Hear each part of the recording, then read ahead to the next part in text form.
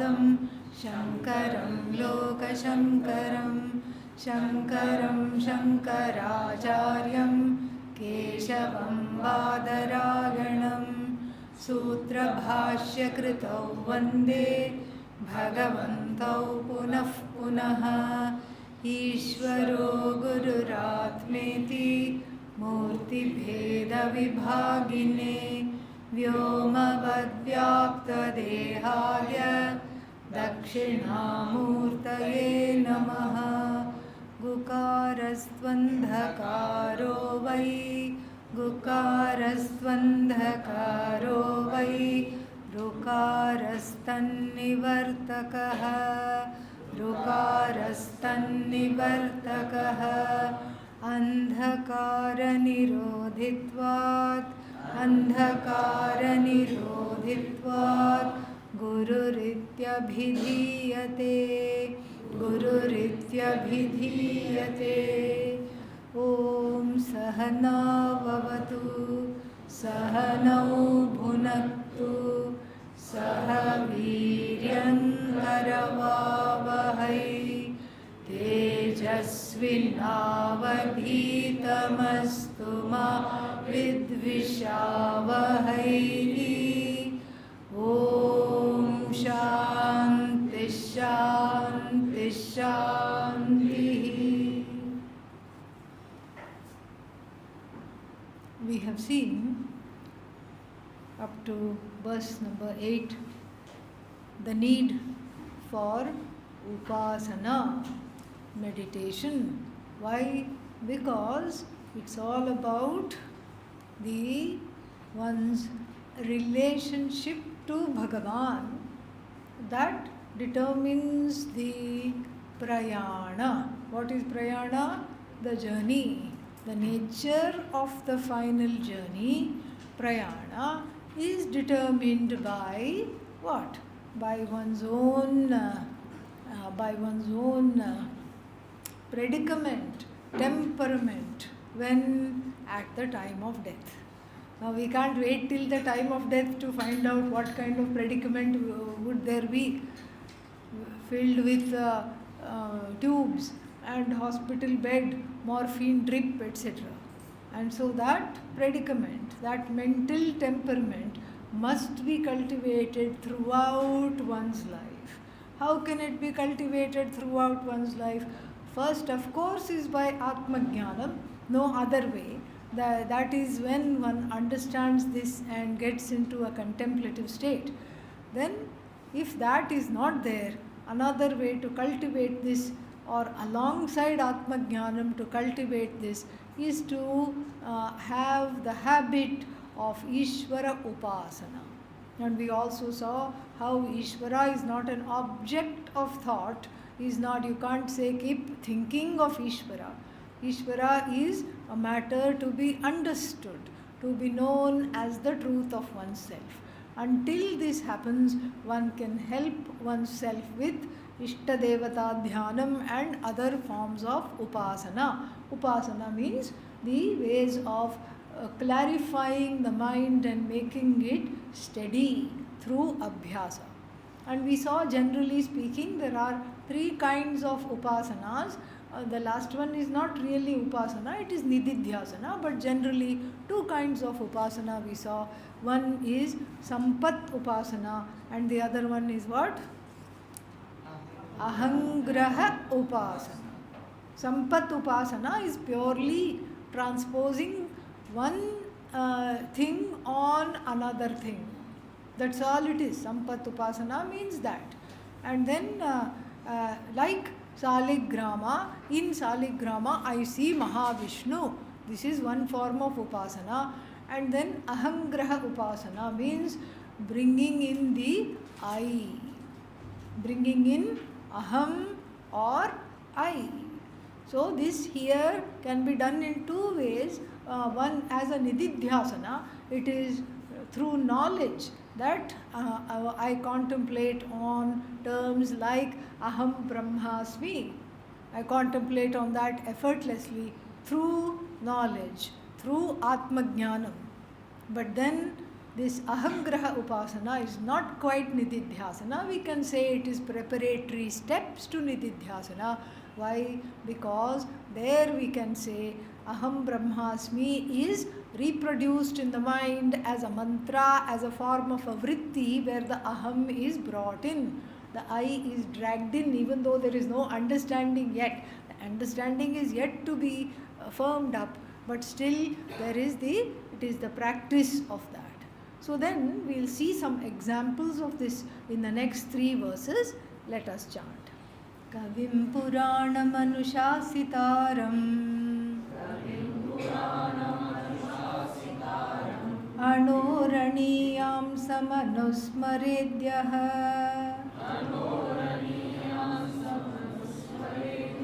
Sarvasya Dhataram Achintya Rupam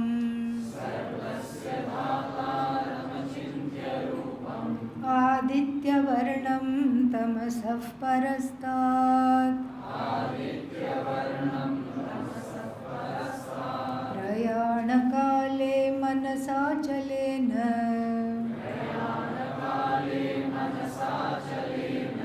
Bhaktya Yukto Yoga Balena Jaiva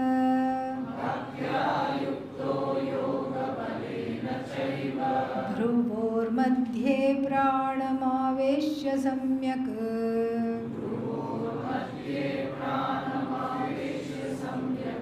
Satam Param Purushamupaiti Divyam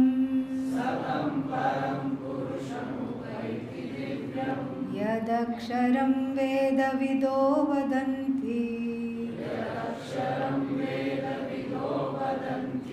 Vishanti Adyatayo Vitaragaha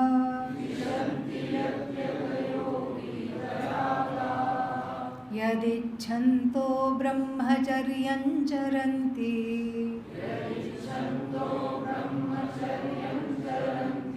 Tatte Padam Sangrahena Pravakshye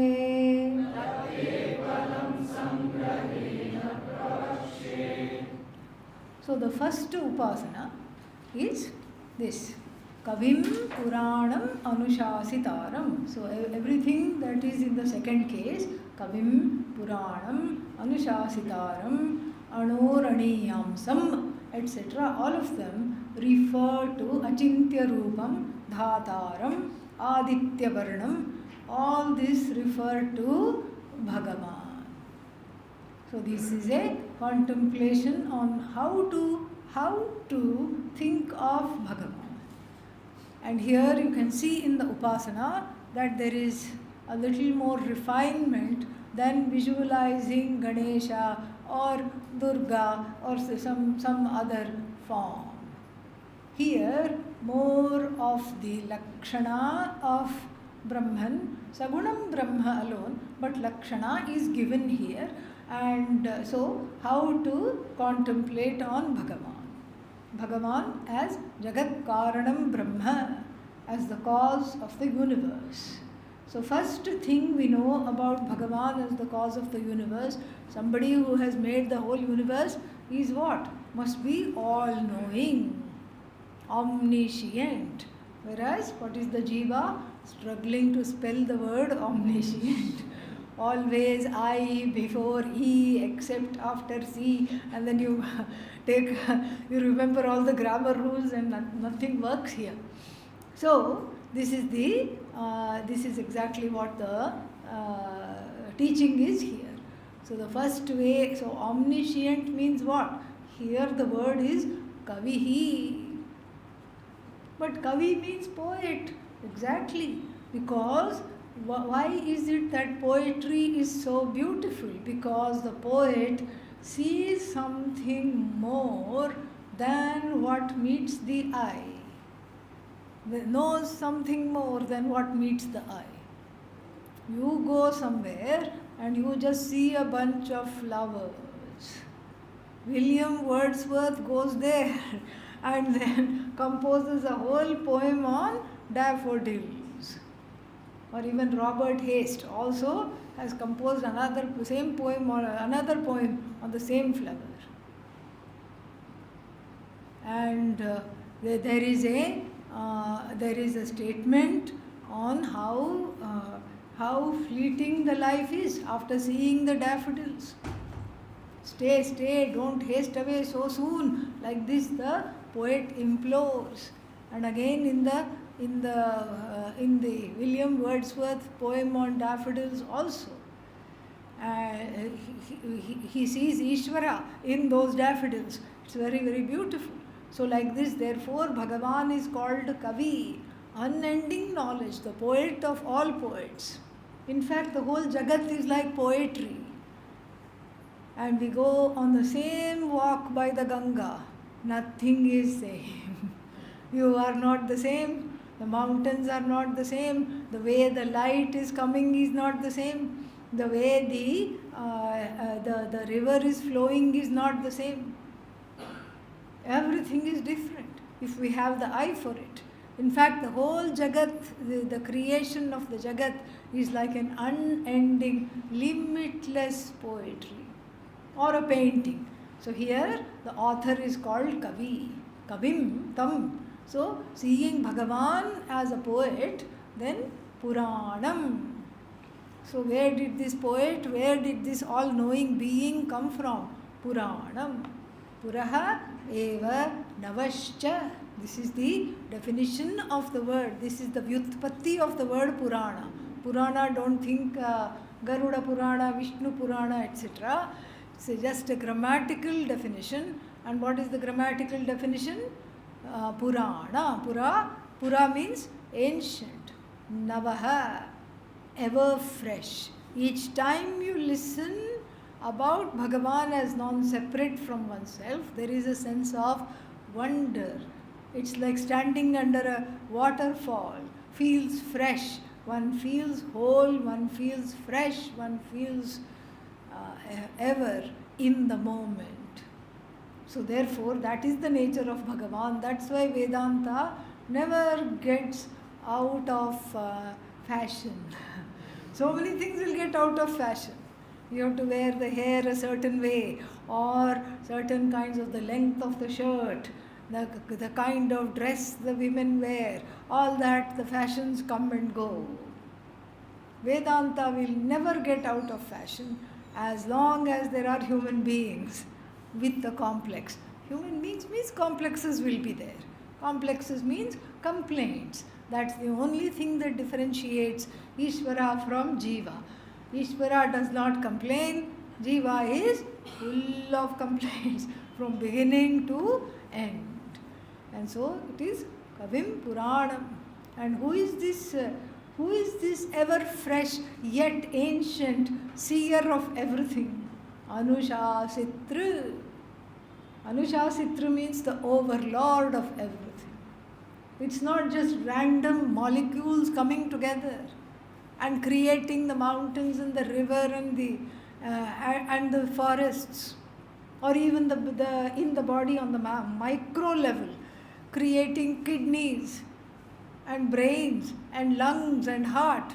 No, there is no such thing of random things coming together, because there is nothing random in the universe. That's why it is just delightful for the scientists. Scientists are delighted because you can study this.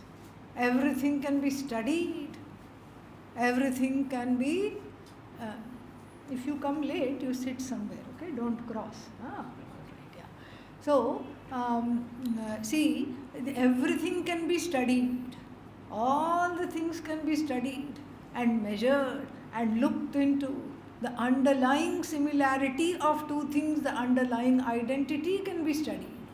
This is why people are extremely excited. Scientists are very excited about how predictable this universe is. Predictable means there are laws, there is an order, and when we look deeply into the order, it is just worshipable.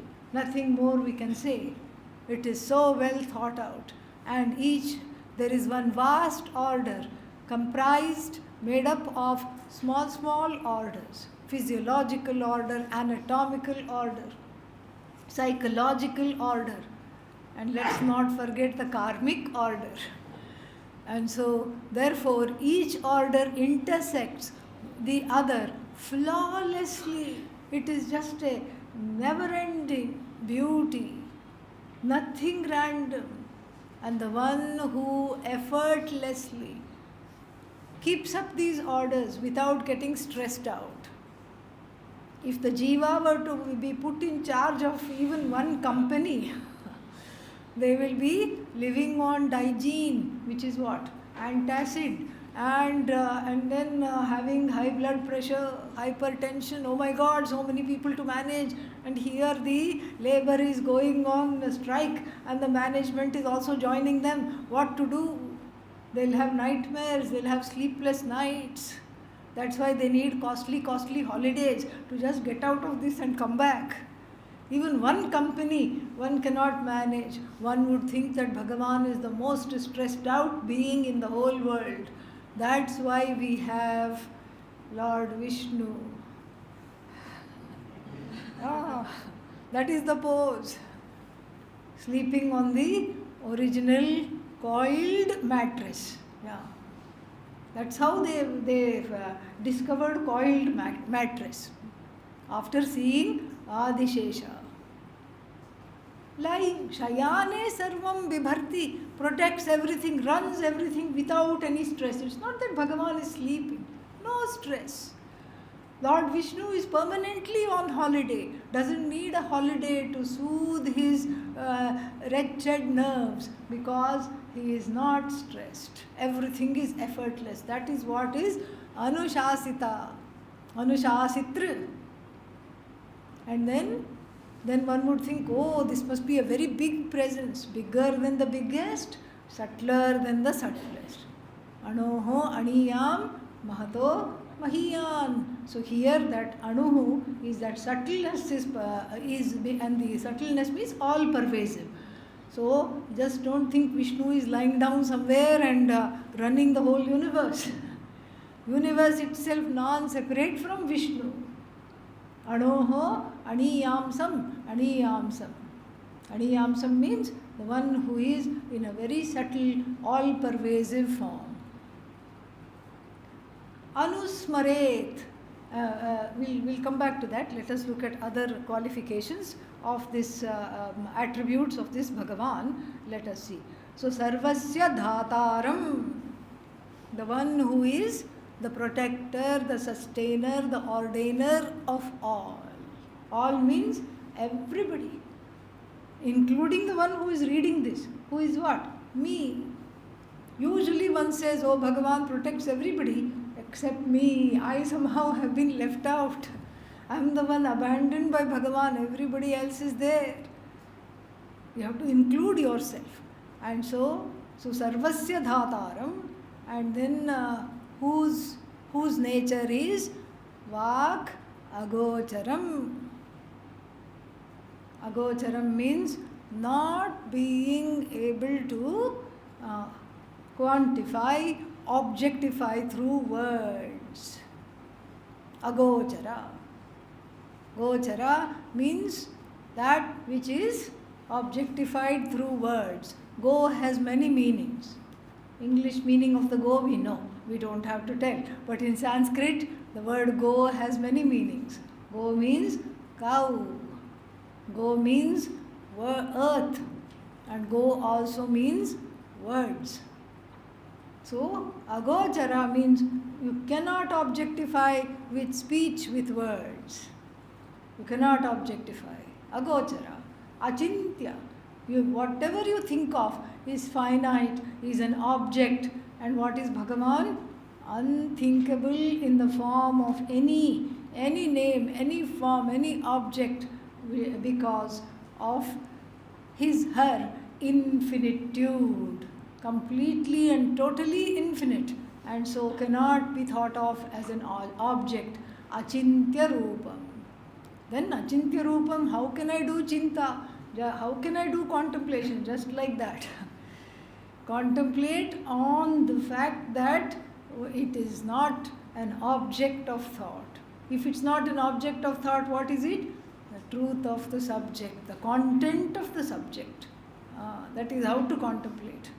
And then Sarvasya Dhataram Achintya Rupam, so the one that cannot be by the mind or the vak or the speech made into some kind of an object. Then Yaha Anusmaret. Anu here is very important. Anu means what? Anu means Yatha Shastram. Exactly how it is. Shastram Anatikramya. Without crossing, transgressing what the Shastra says. The one who is able to contemplate how the Shastra teaches this upasana, how the Shastra teaches this contemplation. We have to take it as contemplation, nididhyasana. So, Sarvasya Dhataram Achintya Rupam Yaha Anusmaret. And who is this? What is the truth of this? Aditya Varnam. Here that oneness is clinched here. Aditya Varnam. No form, no shape, no color. But if you say, really, I want something to hold on to. Sun-like brilliance. Sun-like radiance means what? Self-effulgent. What is the only thing that is self-effulgent? I. Don't look here, there. I.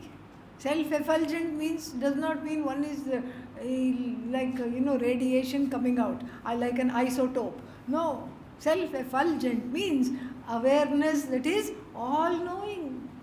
No, come on, how can I be all-knowing? We have to go back to the definition of sarvam. What is all? Everything that I know plus everything that I don't know. Do you know all that there are many things you don't know?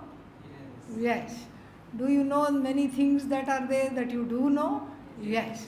So that is all. You are all knowing, Sarvagya. This radiant, self-effulgent self is all knowing from the standpoint of Bhagavan, Sarvagya and Sarvavit. Sarvavit means knows everything in particular. Here, for Ishvara, Sarvagya and Sarvavit. For the Jiva, only Sarvagya. I know all that is there. I know all that is not there. That there are many things that are not there. I know. I know that I don't know. That is all knowing. So Aditya Varnam, which has not a little drop or even a microscopic spot of tamas, which does not brook any ignorance. Tamas means darkness, but here what does it mean? Ignorance, which does not brook any ignorance whatsoever. And so therefore what? Therefore this is a very beautiful contemplation, very beautiful, wonderful contemplation. Then if supposing somebody is not capable of that, what to do? The next one is directed for yogis who have been practicing Ashtanga Yoga for a length of time in their lives. Okay. So the first one is of course the ideal one, and then if the one is not capable of that, especially at the end of one's life, because the abhyasa is less, vairagya has not come, abhyasa is not there, then this is plan B and this plan B applies to who? For those who have practiced Ashtanga Yoga and Pranayama. And then what is there here? So Prayana Kale. Prayana Kale doesn't mean going to Badrinath. Okay? Yeah. What kind of a prayana? Not coming back. Okay? Last journey. Before one gives up the body. That is the prayana kala here. Prayana kale achala manasa. Achalena manasa. Achalena means with a mind that has been made steady through yogic practices. Ashtanga Yoga, Dhyana, Dharana, Samadhi, all these things. Through a mind that has been made steady, and then Yoga Balena cha eva, by the practice of yoga. Here Karma Yoga is not being talked about, simply Ashtanga Yoga with the, what is that, 8-limbed yoga with all the various ways of managing the mind, managing the breath, all these things are talked about. So then achalena manasa yuktya bhaktya. Bhaktya means the yogi is a bhakta. So the yogi is a bhakta, and with the help of this bhakti, because of this bhakti, one is yoga balena yuktaha, endowed with that, with the blessing of Ashtanga Yoga. What does the person do? The person is able to do this practice. This is what is that? Svetcha Maranam, it is called, where one is able to die at will, deciding that, okay, my life is complete. And so what does one do? One takes a deep breath, does not exhale, and through the power of yogic practices and through the awareness of having activated the various meridional systems in the body. Meridians means invisible energy systems. So this is the Ida, Pingala, Sushumna. These are all names of nadis, and there is 72 thousands and thousands of them, and of these nadis all over the body. And so with the help, so they are able to direct that breath which one has inhaled and refrain from exhaling, direct it inwards through the Sushumna to bring the breath between the eyebrows, the energy center between the eyebrows, also known as Ajna. And then so there the breath is retained, and then having through the yogic practices, then pranam avedya samyak satam param purusham upaiti divyam. So having brought the breath through the power of the yogic practices to the center between the eyebrows, the person gives up the life. Paramam Purusham Upaiti, Divyam Paramam Purusham Upaiti, gains Bhagavan. Here this is not moksha. Please understand. Why? And Adi Shankara will tell in the Bhashya, very persuasive reason he has given here. Because the person has used his or her will to die. As long as the will is used, then where is the moksha? Because one has used the free will. One has directed the free will to do an act. What is the act here? The Svetcha Maranam, giving up of one's life. Otherwise, the giving up of one's life is in whose hands? It's not in one's hands. It is in Bhagavan's hands. And so therefore here, since the person has exercised free will, it cannot be Videha Mukti, or it cannot be Jivan Mukti or Videha Mukti. So what kind of a Mukti one can hope with this kind of a practice? One can hope for Krama Mukti. So what is Krama Mukti? One is taken to Brahmaloka. And then one is given a nice, whatever there is, some kind of a drink in Brahmaloka. One is given soma juice or whatever it is, and made to sit very close to Brahmaji. And then Brahmaji teaches the person, and the person loses the ignorance and then gains moksha. This is called Krama Mukti. But what is Brahmaji teaching? 8th chapter of Bhagavad Gita. Then one says, "Ayyo, I was right there. I could have continued that instead of going through all these shenanigans of yoga, pranayama, etc." But since this pratha is there, it is mentioned by Bhagavan as an option. But it's a very difficult option. Okay, not an easy option, not for the faint-hearted. Then the next one is Omkara Upasana. Omkara Upasana, very much again celebrated by all the Vedas. We find this in the lauded in the Mundaka Upanishad. Dhanur grihitva aupanishadam mahastram sharam hi upasanaya sandhayita ayamya tadbhavagatena manasa, etc. And then pranavo hi dhanuhu sharohyatma brahmatallakshyamuchyate apramattena vedhavyam sharavat tanmayo bhavet. Everybody is looking at me as though I'm talking a foreign language. Okay, I'm not. All right. Where have we encountered this? Mundakopanishad. And so, this is Omkara Upasana with a beautiful illustration of the bow and arrow.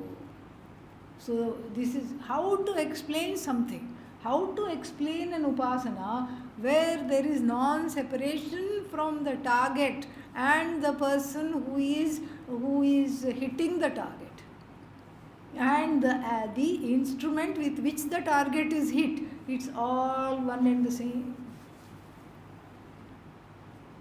So Pranamo Dhanuhu, the Omkara is the bow. And then Atma, the person here, not Atma, is the arrow. And what is the Lakshya? What is the target? The target is Brahman. Apramattena vedhavyam. Infallibly, one is just looking at the target. Like even Arjuna. Arjuna was a favorite Shishya, the most favorite Shishya of Dronacharya, because once Dronacharya said the eye of the bird has to be hit, and the bird was sitting on a mango tree. He asked all the people, what do you see? All the other students. Oh, I see the tree, I see, oh, nice mangoes are there. And then there is this, there is that. Oh yeah, there is also the bird. Arjuna said, I just see the eye, I don't see anything else. And so like this, there is that apramatta, means that focus is very much there. So the Omkara is seen in different ways, and we have spent a lot of time listening to that in the Mundakopanishad, and we will also spend some time listening to the same thing in the Kathopanishad in the upcoming verses. And so therefore I will just give a little gist here. So Omkara Brahma Vachaka. First thing we have to say. Vachaka means there is an association between a word and its meaning. So suppose I say, what is this? Pot. Between the ucharana of the word pot and the meaning of the word pot which is being held in the hand, there is a permanent association. So pot is so vachaka vachya sambandha. So vachaka means that it is indicating that.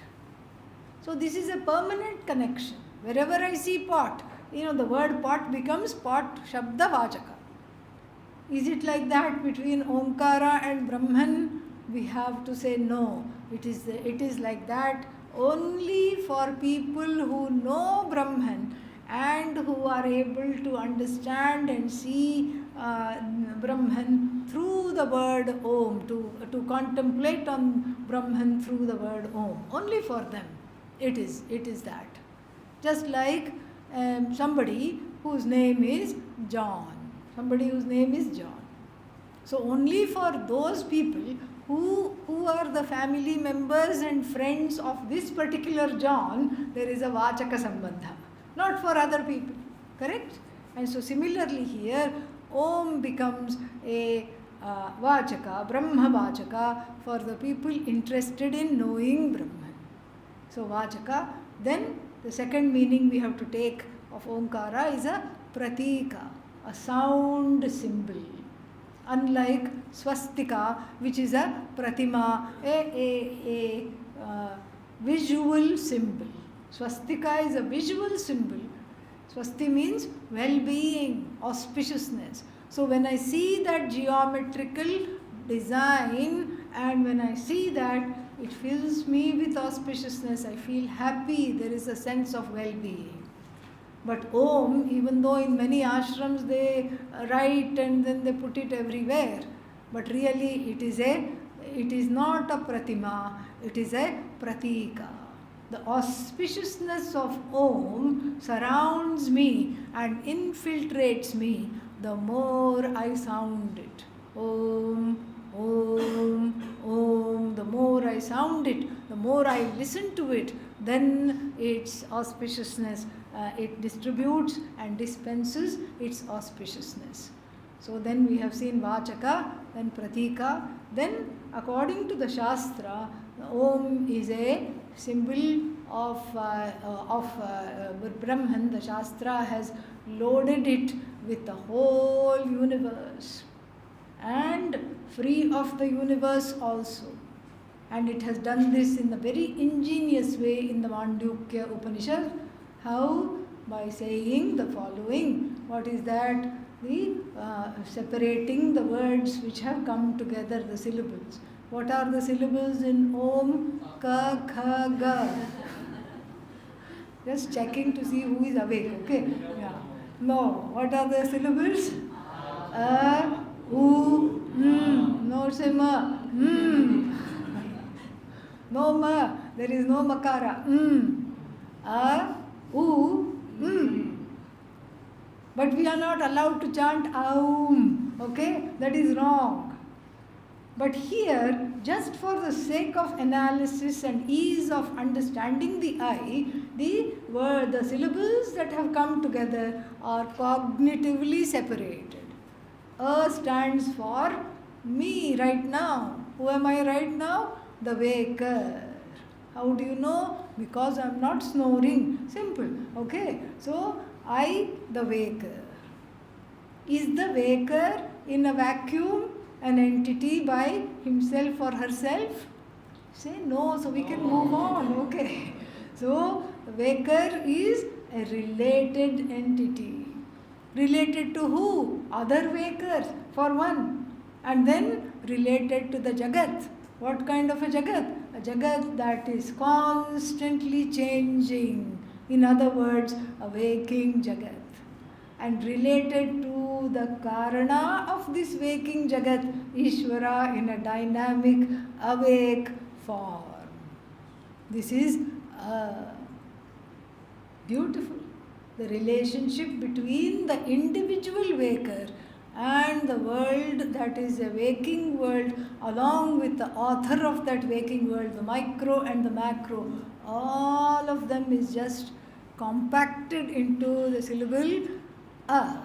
Let the syllable A stand for the waking world, the individual waker which is included in the waking world, and the author of both, the individual, the body, mind, sense complex of the individual waker, and the one who is the author of the waking world. So already there is non-separateness. Notice I said the one who is the author of, not the individual waker, the body, mind, sense complex of the individual waker. That means what? Who is the individual waker? Non-separate from Ishvara. Already there is Aikya. This is why it is said that for the Mumukshu, for the Jignasu, just the study of the Mandukya Upanishad is enough for the cessation of samsara. What is samsara? Some sorrow or the other. Yeah. Mandukya study is very auspicious. This is why. So then we have U. What does Ukara stand for? Dreamer. The dreamer. So here the dreamer again is not in a vacuum. There is a dreaming world. And what is this dreaming world? Made up of your own memory and your own desire. Your memory and desire become the ingredients of the dream. You can never dream something you have not seen or you do not know.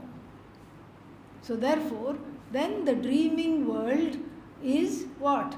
Ishvara in the form of the potential creator, Hiranyagarbha.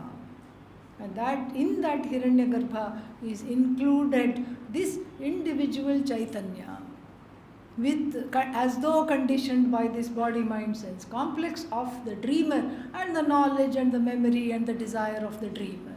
It's all there. The Makara is the sleeper. The individual sleeper is not even worth being counted because there is cessation of all activity. cessation of free will. There is no dreaming even taking place. All that is there is Ajnanam, Prajnah, and then relating to what? Ishvara. The person is Ishvara in sleep. That's why we love to sleep and we hate to get up. Because the person is only Ishvara in sleep. One with Ishvara in sleep. So the individual waker is called Vishwa. Vividha Pratyaya Gamyam, known by many, many cognitions.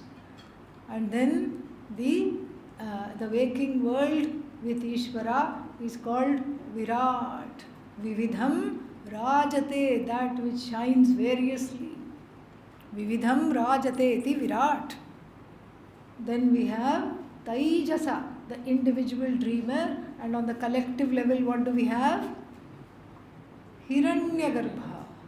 Then we have Prajna, the individual sleeper from the scene, from the microcosmic level, and then when the whole Jagat is in Pralaya, all that is there is Bhagavan Ishvara. That's what it is. Prajna and Ishvara. The individual Jagat of one's own complaints and all the problems, it has undergone a baby laya. And then on the collective level, there is a pralaya, the cessation, the taking back of the projected universe. So this is again the Upanishadic meaning of the word Om.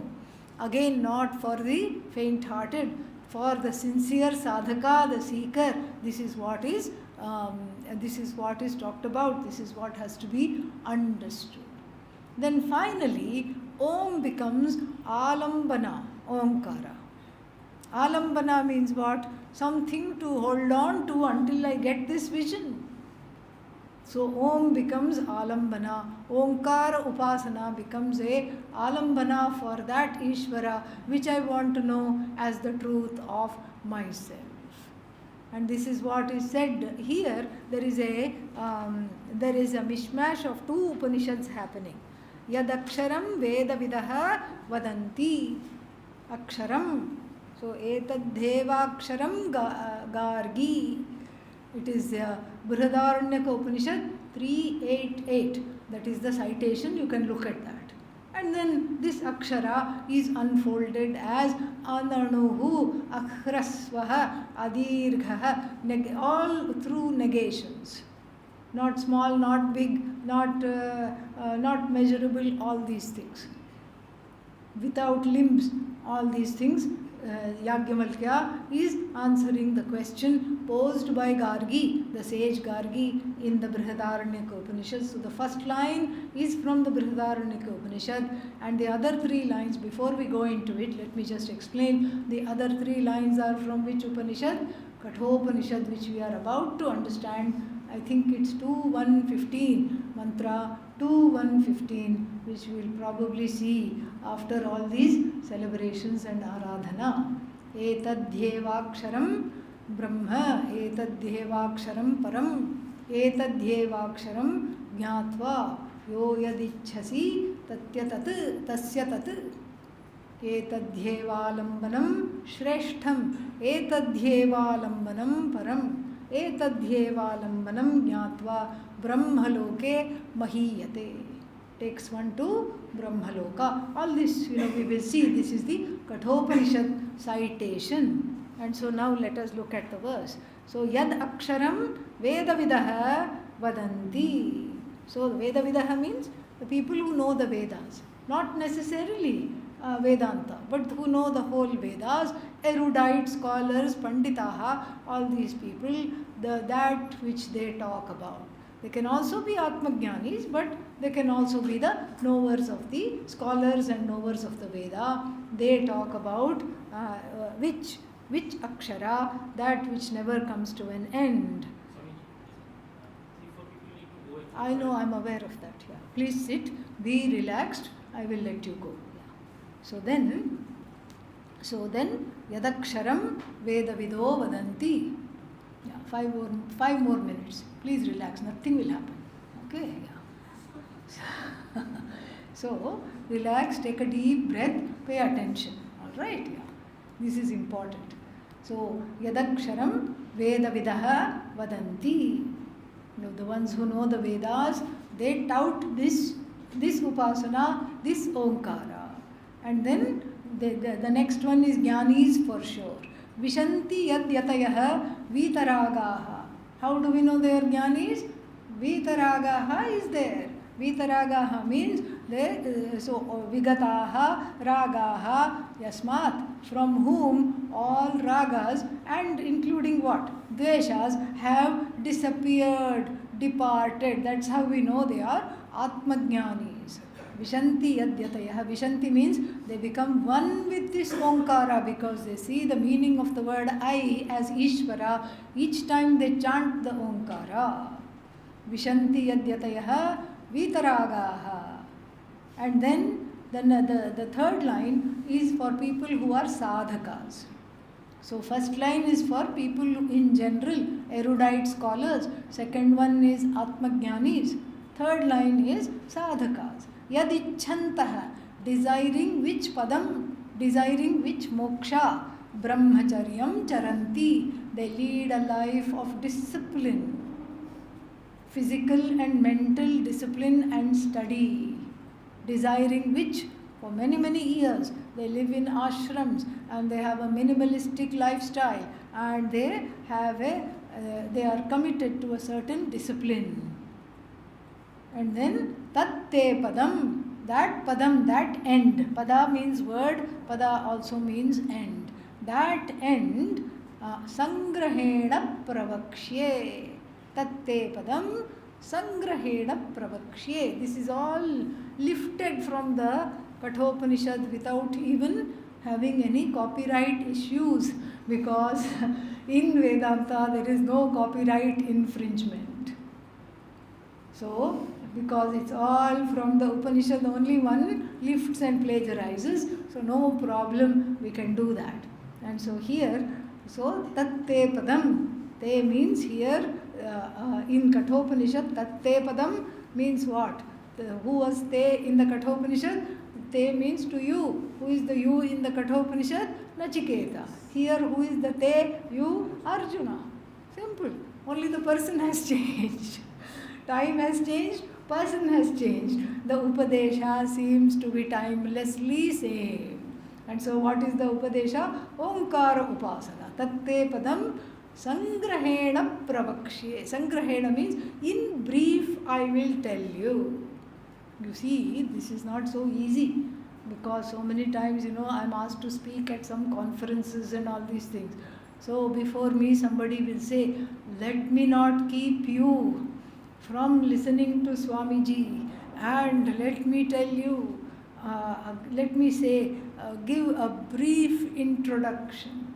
And so the quote-unquote brief introduction becomes 20 minutes. Okay? So this is the human tendency. And but here, whether it is Lord Yama saying tatte padam sangrahena bravimi over there, here pravakshye, same thing, I will tell, bravimi, I tell, same thing. Sangrahena means in a very concise form I will tell these, whether it is Lord Krishna or whether it is Lord Yama, they mean what they say. And what is that sangrahena? Om iti etat, just the word Om. Then you have to wonder, wait, that was too brief. You have to unpack. That's exactly what the next two verses will do. So that we will see tomorrow at 8:30. Okay? Om Purnamadav Purnamidam Purnat Purnamudachyate Purnasya Purnamadaya Purnamevavashishyate. Om Shanti Shanti Shanti. Hari Om.